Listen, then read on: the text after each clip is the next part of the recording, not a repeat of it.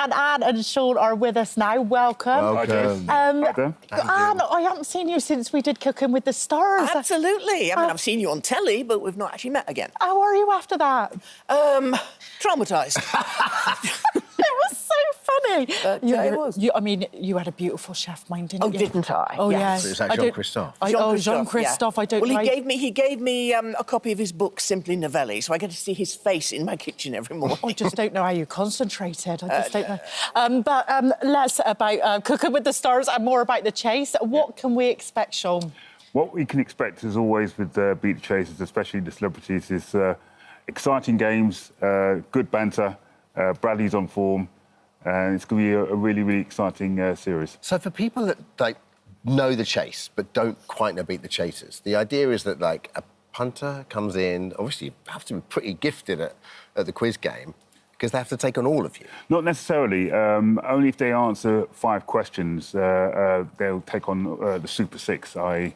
All of us. But I always say that as long as you're confident in your own ability and are not frightened to actually get a question wrong and don't suffer what we call the pass spiral, then you can really do well.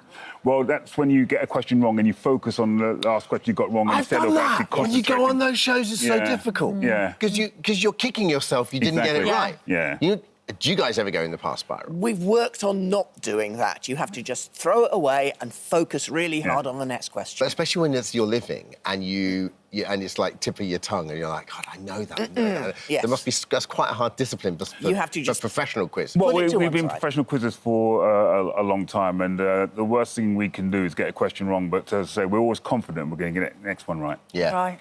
And on Friday's episode, we saw some very familiar faces. Who else can we expect to see?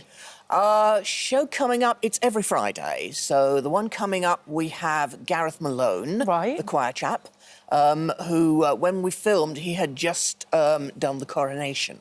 So he talked a little bit about that. My jungle friend Grace Dent is coming on as well, isn't she? Apparently, yes, indeed. Yeah, yes. cannot wait to see her. Well, excuse my ignorance, but is the Alexander Armstrong one, has that been out already? Yeah, that was on last Friday, and that was really exciting, actually. Xander was really, really unfortunate, actually. He was 6 seconds shy, and he could have won it, actually, so he was really, really good. But for me, this Friday, it's a question of meeting 3 celebs who I want to seek revenge from.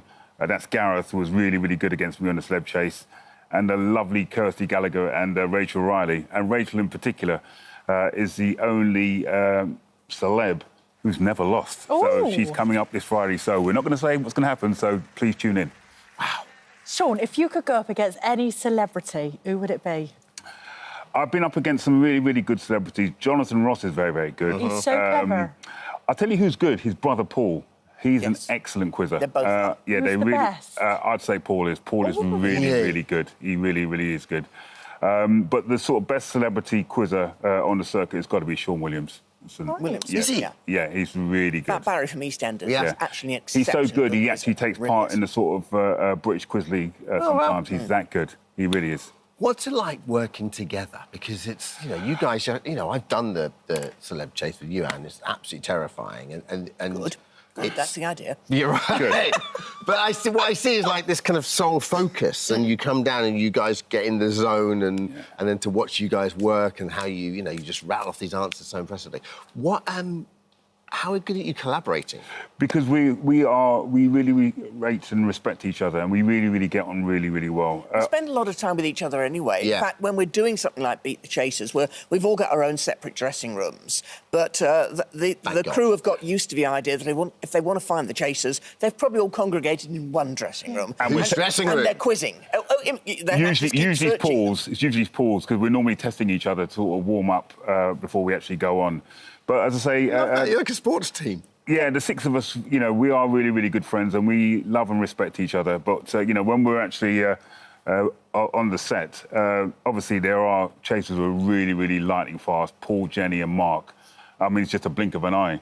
And both Anne and myself, in particular, are just sort of there along for the ride. I'm the slowest. What are your skill set? What are your specialist subjects? If you're doing a pub quiz, you take yourself out of the professional game. OK, every Achilles has a heel. Yeah. My weakness is soaps. So, you know, you could ask me... I mean, one time I was one question away from winning a Chase episode, and they asked me what colour's Marge Simpson's hair.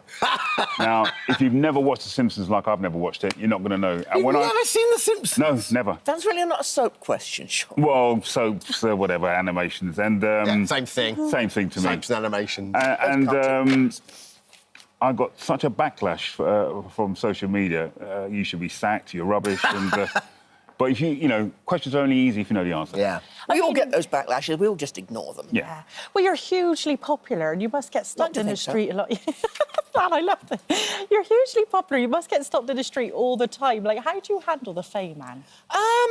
If I'm in a hurry, then I'm kind of looking at the ground all the time, like, don't talk to me, don't talk to me.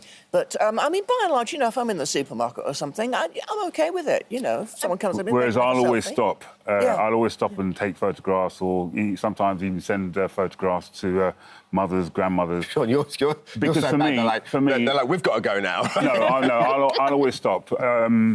Because for me, I'm always grateful for the fact that the public make me famous, and it's my way of saying thank you. We were going to ask that, because, like, the Chase is just hugely successful internationally. So where have you touched down on, and you've been kind of a bit surprised by the Well, I go to New Zealand on a regular basis, and I remember I was there in last summer, and one of the greatest compliments they played me was that a news item was that, well, Elton John and Ed Sheeran had come to New Zealand, but the biggest star who's reached these shores is the Dark Destroyer, Shaun Wallace. Easy. And you know what, honestly, I just wanted to cry. And, you know, because the show in New Zealand is a staple diet. They show the British show twice a day in New Zealand, and in any given week, about a third of the population watches it. So really, I can't walk down the street in Auckland without being mobbed. I've only ever been there once, but it was brilliant. Best of luck with it. Beat the Chasers continues this Friday, 19th of Jan, ITV1, 9 o'clock. Thank you, Shaun. So good to see you. You've got to come on and serve you. Oh, I'll be terrible. No, you wouldn't. You're still getting over the last time I came. No, you'd be good. You'd be good.